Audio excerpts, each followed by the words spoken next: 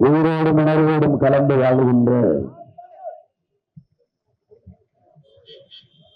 என் தாய் தமிழ் உறவுகள் அனைவருக்கும் எங்களுடைய அன்பும் வணக்கமும்.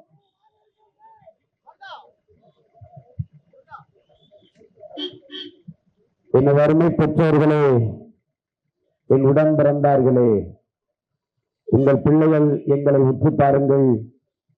தலைவர்கள் தொண்டர்கள் என்று இல்லாமல் அண்ணன் தம்பிகளாக, மாமன் மைத்துனர்களாக, உங்கள் உறவுகளாக உங்களை நோக்கி ஓடி வந்திருப்பதை பாருங்கள். இங்கே சிலையாக நம் முன்னே நிற்கிற நம் தாத்தாக்கள் இருவரையும் உற்று நோக்குங்கள். உயர்ந்த வரும் லட்சியங்களுக்காக தன்னலமற்று போராடிய நமது முன்னவர்களை பாருங்கள். சிலை நம் பார்வைக்காக என்று எண்ணாதீர்கள். சிலை நமக்கான பாடம் என்பதை கற்றுணருங்கள். தெய்வ திருமகனார் அவர்களை பார்க்கிற போதெல்லாம் அவர் நமக்கு போதித்தது உங்களுக்கு நினைவில் வர வேண்டும். உன்கிறகை உயர்ந்தது, உழைக்கிறகை தாழ்ந்தது என்கிற எண்ணம் எவருக்கும் வரக்கூடாது. இறைவனை வணங்குவோம் போது இரு கையையும் இணைத்துதான் நாம் வணங்குகிறோம்.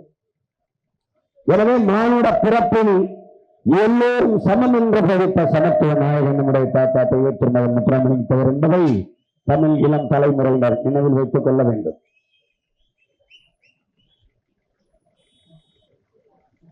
எனக்கு பதுங்க தெரியும், ஆனால் ஒருவரும் பயங்கொள்ள தெரியாது.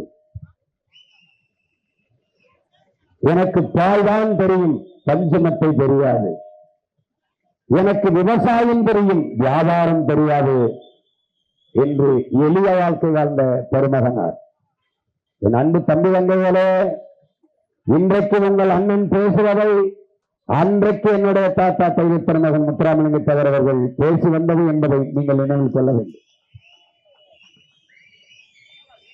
நான் சொல்லும் போது நீங்கள் எல்லோரும் என்னை ஒரு பைத்தியக்காரனை போல, ஒரு வேற்றுக்கிரக ராசி போல, ஒரு வேடிக்கையாளன் போல நீங்கள் இன்னெல்லாம் எள்ளி நகையாடலாம். அதை பற்றி கவலைப்படுவது நாங்கள் அல்ல, என் தாத்தாவும் கவலைப்படவில்லை.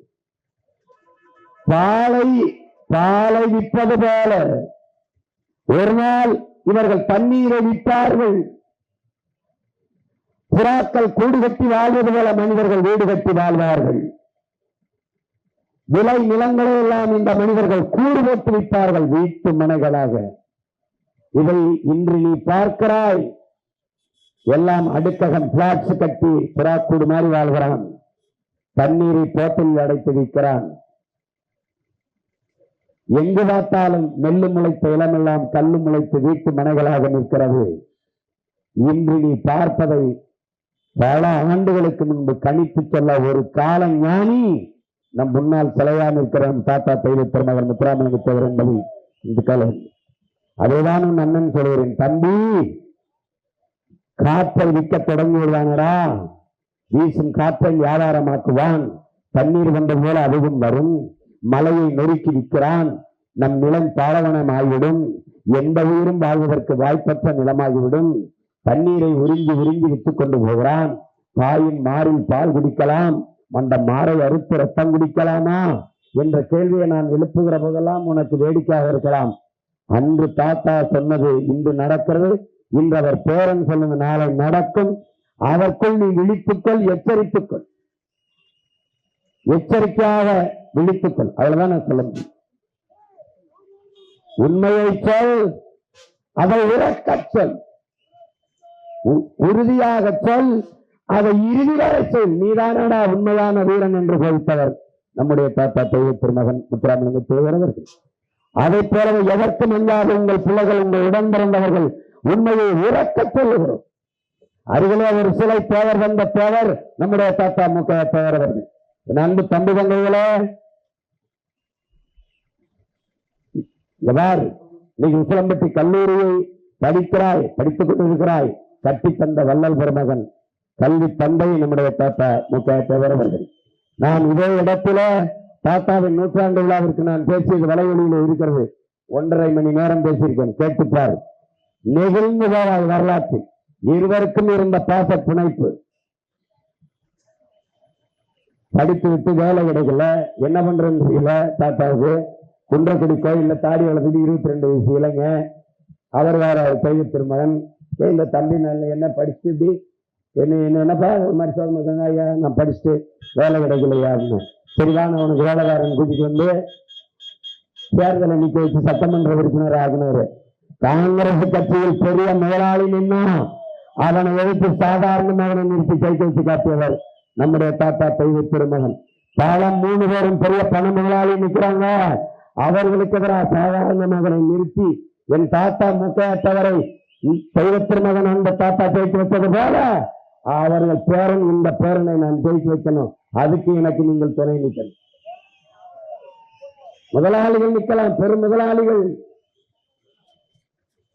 எனக்கு தெரியாது, நம்ம தாத்தா தெய்வ திருமகன் முத்துராமலிங்கத்தவர்கள் சென்னை சிறையிலே அவரை பார்க்க தேவர் வந்த தேவர் நம்முடைய தாத்தா முக்கையத்தவர் அவர்கள் சென்றிருக்கிறார்கள். மாடி இன்றைக்கு அங்கெல்லாம் சிறையில் இருக்கும் போது சிறை அதிகாரி ஜெயிலர் அவர் அறையிலே ஒரு இடம் கொடுப்பார்கள். அங்கே சந்தித்து பேசிவிட்டு செல்ல வேண்டும். ஆனால் நம் தாத்தா சிறையில் இருக்கும்போது அப்படி இல்லை, சந்திப்பதற்கு ஒரு மாடியிலே ஒரு இடம். அந்த இடத்துல நம் தாத்தா முக்கையத்தவர் அவர்கள் தெய்வ திருமகன் வருகைக்காக காத்திருக்கிறார்கள். தாத்தா வருகிறார். வந்தபோது நம் தாத்தா முக்கையத்தவர் எழுதுகிறார், என் தெய்வத்தை நேரில் நான் தரிசித்தேன் என்று எழுதுகிறார். அப்போது காலில் சாஸ்தாங்கமாக விழுந்து நான் வணங்கினேன். என் முதுகிலே சில நீர்த்துளிகள் நிமிர்ந்து பார்த்தேன். வெள்ளைக்காரனை எதிர்த்து முழங்கிய என் தலைவனினுடைய கண்கள், எதற்கு அஞ்சாத நெஞ்சுரத்தோடு நின்ற என் தலைவனின் கண்கள் கலங்கி நின்றதை நான் பார்த்தேன். தண்ணீர் துளிகளோடு நிமிர்ந்து பார்த்தேன். என் தெய்வம் என்னை பார்த்து கேட்டது, நம் மக்கள் நன்றாக இருக்கிறார்களா என்று. அன்னைக்கு உணர்ந்தேன், என் தெய்வத்தின் இதயத்தில் இருப்பது எந்த தெய்வமும் இல்ல, என் மக்கள் தான் என்பதை நான் புரிந்து கொண்டேன் என்று பதிவு செய்கிறார். அதை போல அந்த 2 தெய்வங்களின் பேரங்கள் சீமானவன் தம்பி மகன் இருவர் இதயங்களிலும் இருப்பது என் முன்னே நிற்கிற என் மக்களே நீங்கள் தான் என்பதை நீங்கள் புரிந்து கொள்ள வேண்டும். நம் தாத்தா தெய்வ திருமகனார் அவர்கள் தமிழ்நாடு ஃபார்வர்ட் பிளாக் கமிட்டியினுடைய தலைவர். ஆனால் அவர் வளர்த்த ஆளாக்கிய நம்முடைய தாத்தா முக்கையத்தவர் அவர்கள் இந்திய ஃபார்வர்ட் பிளாக் கட்சியினுடைய தலைவராக உயர்ந்தார்கள். அகில இந்திய ஃபார்வர்ட் பிளாக் கட்சியினுடைய தலைவராக உயர்ந்தார்கள். இந்திய நாடாளுமன்றத்திலே யான் பிறந்த ராமநாதபுர மாவட்டத்தின் பிரதிநிதியாக இந்திய நாடாளுமன்றத்திற்குள் சென்றவர்கள். கச்சத்தீவை அம்மையார் இந்திரா காந்தி அவர்கள் எடுத்துக் கொடுக்கிற போது எழுந்து நின்று சிங்கமாக கற்பித்த ஒரே சிங்கம் நம்முடைய தாத்தா முக்கையத்தவர் அவர்கள் மட்டும்தான். எழுந்து கேட்டார், இந்திரா காந்தி அவர்களே, உங்கள் தந்தை காஷ்மீரில் ஒரு பகுதி எடுத்து சீனாவுக்கு கொடுத்து வரலாற்று பெரும் துரோகத்தை செய்தது போல நீங்கள் எங்கள் நிலத்தில் கட்டப்பீடு ஒரு பகுதி எடுத்து இந்த வாரம் இலங்கைக்கு கொடுத்து வரலாற்று பெருந்துரோகத்தை செய்துவிட்டீர்கள். எக்காலமும் என் தமிழ் மக்கள் உங்களை மன்னிக்க மாட்டார்கள், வரலாற்று துரோகி என்றுதான் உங்களை பதிவு செய்வார்கள் என்று இன்றைக்கு அந்த துரோகி கூட கூட்டணி வைத்துக் கொண்டு வருகிறார். என் அருமை சகோதரர் தங்கள் செல்வன் அவர்கள், என் அன்பு தம்பி தங்கைகளே, கச்சத்தீவை எடுத்துக் கொடுத்து நம் வாழ்வுரிமையை பறித்த காங்கிரஸ், கச்சத்தீவை எடுத்ததை திருப்பி எடுக்க முடியாது என்று சொன்ன பாரதிய ஜனதா இன்றைக்கு அந்த கச்சத்தீவை மீட்கப் போகிறேன் என்ற ஒரு கபட நாடகத்தை நடத்தி நம்மிடத்தில் ஓட்டு பறிக்க வருகிறார்கள். இவர்களெல்லாம் ஓட்டு பொறுக்கிகள், வாக்கு வாங்கிகள். உங்கள் பிள்ளைகள் நாங்கள் கையேந்தி கேட்பது வாக்கை அல்ல, வருங்கால என் தம்பி தங்கைகளின் வாழ்க்கையை என்பதை நீங்கள் கவனத்தில் சொல்லுங்கள். ஒருபோதும் நாங்கள் உங்களின் வெறும் ஓட்டுக்கானவர்கள் அல்ல, இந்த நாட்டுக்கானவர்கள் என்கிற நம்பிக்கை இருந்தால் எங்களுக்கு ஓட்டு போடுங்கள்.